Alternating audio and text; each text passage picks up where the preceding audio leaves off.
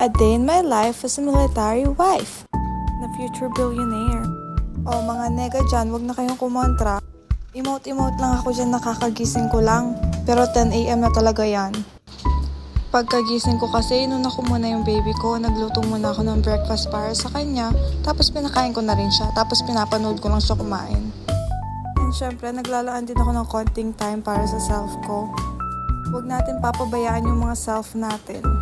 Tinatagyawat na nga ako kasi nai-stress na ako sa kagandahan ko. Uy! Opak, ganda-gandahan, maglilinis lang naman ng bahay. After ko nga maganda-gandahan, inayos ko na yung kama namin.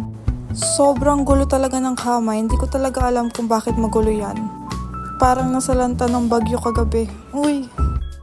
Sobrang sweet nga ng baby ko. Hindi ko talaga pagsisisihan na nagkaanak ako na maaga. Palagi ko minimake sure na palagi kami naglalaro ni baby.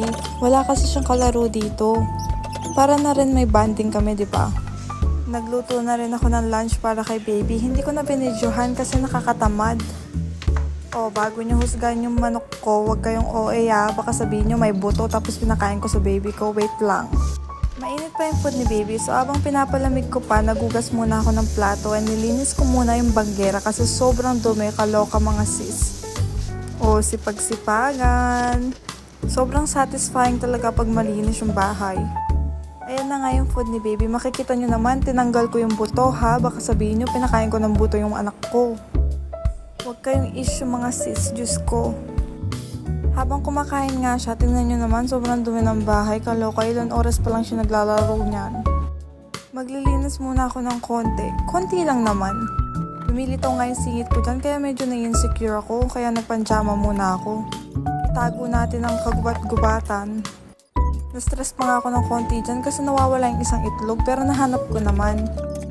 Hindi ko nga maisip kung paano nagiging sobrang dumi yung bahay. 2 oras pa lang naman siya naglalaro. Kailangan niyang ilabas lahat ng laruan niya. Grabe. Naghihinayang pa nga ako sa mga laruan na yan kasi pag umalis na kami, ipapamigay lang namin yan. Ayan, maglilinis lang tayo ng konti. Konti lang naman. Sobrang nai-stress talaga ako pag madumi yung bahay. Ewan ko ba, ayaw na ayaw ko sa dugyot. Palagi ko kasing iniisip, paano kung may biglaan bisita tapos madumi yung bahay? Siyempre nakakahiya, di ba? Tapos sasabihin pa ng mga bisita, dugyot yung nakatira sa bahay. Ay nako, hindi ko kaya yung ganong klaseng judgment. Hindi ko nga alam kung ano nang nangyari dito sa anak ko, nawawala pa nga yung plato niya. Palagi ko nga siyang pinapagalitan kasi yung paa niya palagi niyang nilalagay sa mesa niya, nakakainis. Pero mawawala din agad yung inis mo kasi tingnan mo naman, sobrang cute. Maaga nga umuwi si Habi ngayon. After kumain ni baby, pinaliguan ko na rin siya. Nakaligo na siya dyan. Papalambing nga lang ng konti yan sa papa niya, tapos papatulugin ko na siya. Hi! So me time na naman tayo. Tuwing umuwi nga na maaga si Habi, palagi niya akong dinadala ng kape.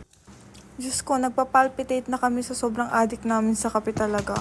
So, yung lunch ko nga pala, 2 eggs lang. O, baka isipin nyo, healthy ako ha. Hindi, tinatamad lang ako magluto.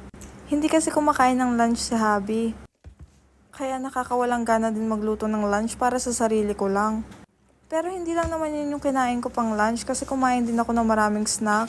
Grabe ako mag-snack mga te, Diyos ko, di nyo kakayanin. Dito na nga matatapos yung video ko kasi maglalambingan pa kami ng hubby ko. Bye-bye!